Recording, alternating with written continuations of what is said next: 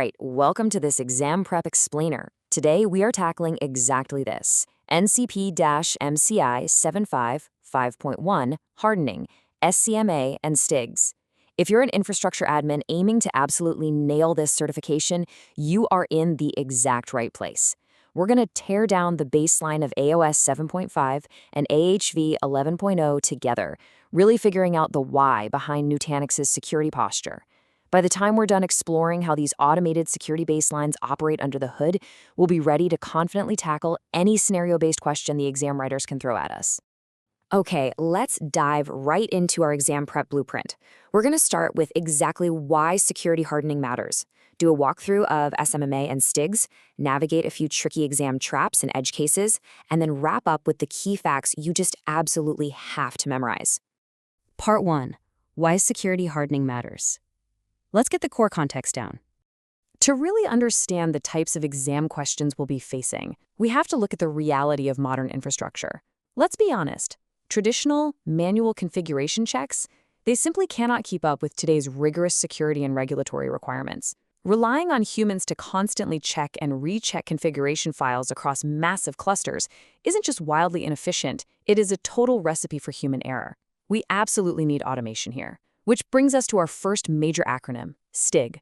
That stands for Security Technical Implementation Guide. These are published by DISA, the U.S. Department of Defense Information Systems Agency. Now, the absolutely crucial thing to remember for your exam is that STIGs in the Nutanix ecosystem are not just static PDF checklists that you casually tick off on a clipboard. No way. They utilize machine-readable code to completely automate compliance against rigorous common standards. Nutanix has standardized the security profile of the controller VM, the CVM, to meet or exceed these high governance requirements right out of the box. Now, having a machine-readable rulebook is fantastic, but it brilliantly illustrates the need for our next vital concept, SCMA, Security Configuration Management Automation. Think about it like this. If STIG is the rulebook, SCMA is the enforcer. You can really think of SCMA as a security guard that literally never sleeps.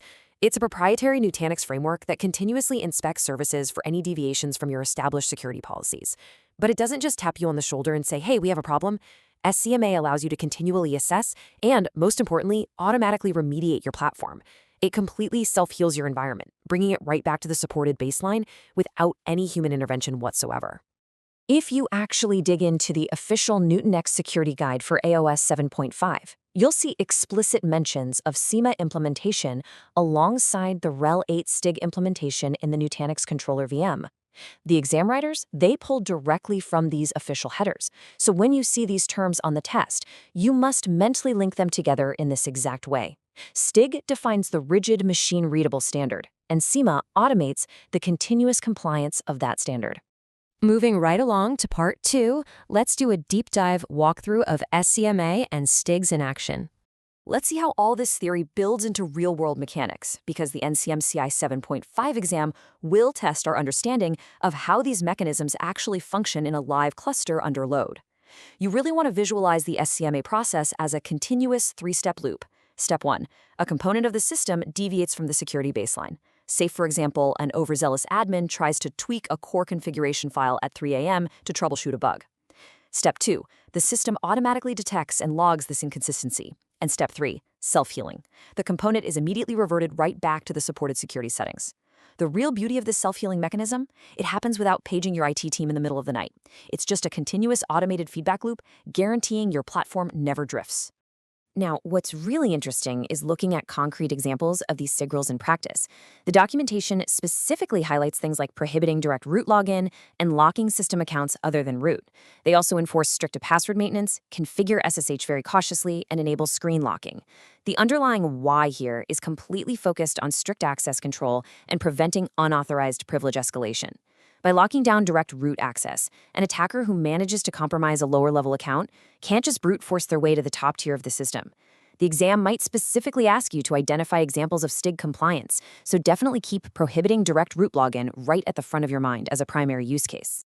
There's a really fascinating quote in the documentation regarding performance, and I want to emphasize it. The SCMA has the lowest system priority within the virtual storage controller. This makes complete sense when you think about it from an architectural standpoint. Security checks are undeniably vital, for sure, but they can't be an excuse for storage latency. They are deliberately engineered to never interfere with platform performance.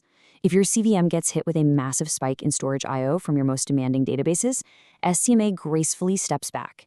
It yields priority, ensuring those heavy, critical workloads are never starved of compute resources by background security scans. Of course, as admins, we do have some control over how often this whole process runs.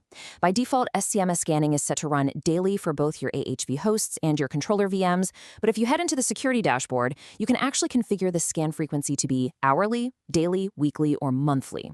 The docs do note, however, that selecting a higher frequency scan, like hourly, can decrease performance on the cluster. So it really comes down to a balancing act, right? How do you weigh the need for absolute, up-to-the-minute strict compliance against the performance tax it places on your system resources? Daily really provides that perfect middle ground by default.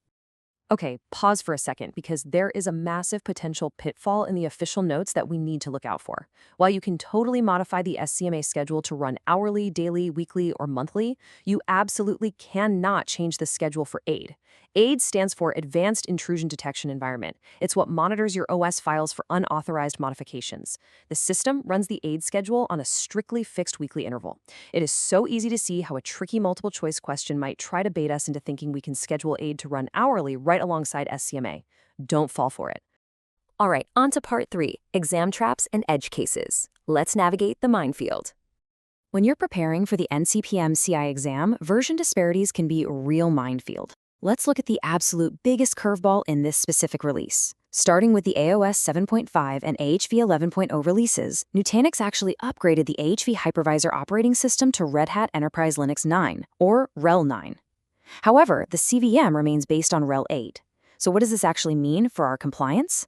Well, because the STIGs for RHEL 9 were not completely finalized at the time of release, AHV 11.0 does not strictly comply with the RHEL 9 STIG yet. But the CVM in AOS 7.5, that complies fully with the RHEL 8 STIG. So, if a question asks you about strict, full-stack STIG compliance in the 7.5 environment, you have to remember this split between the fully compliant CVM and the newer AHV. Next up, let's talk about reporting. You can leverage an OpenSCAP report via the CLI to mathematically prove that your CVM is STIG compliant. But you need to know exactly how long this takes to generate. Depending on the size of your environment, the STIG report generation script runs for approximately 60 to 90 minutes to completion. So if you get a scenario question where an auditor is standing over your shoulder, tapping their foot, waiting for an instant report to be generated from the CLI, well, you might want to offer them a really long cup of coffee, because they will literally be waiting an hour to an hour and a half. Now, crucially, do not confuse that CLI reported generation time with the UI dashboard refresh time. The security dashboard in Prism only refreshes once daily automatically.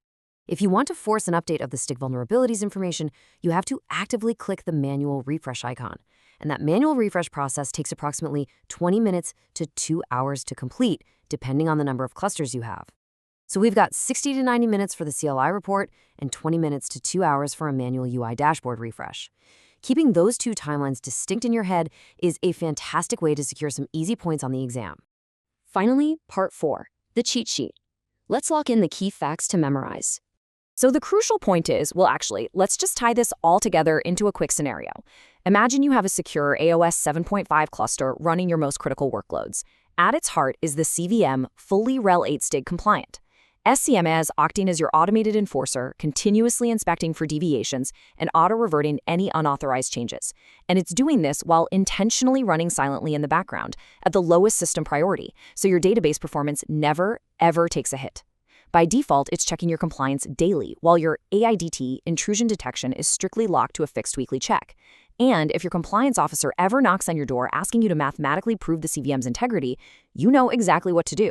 You trigger an OpenSCAP report from the CLI and confidently tell them you'll have it in their inbox in 60 to 90 minutes. As we wrap up this explainer, I want to leave you with this final, provocative thought to chew on as you prepare for the test. How would you confidently implement these automated baselines in a highly active cluster without disrupting your most demanding workloads? Keep that question bouncing around in your head as you review the documentation. Happy studying, everyone!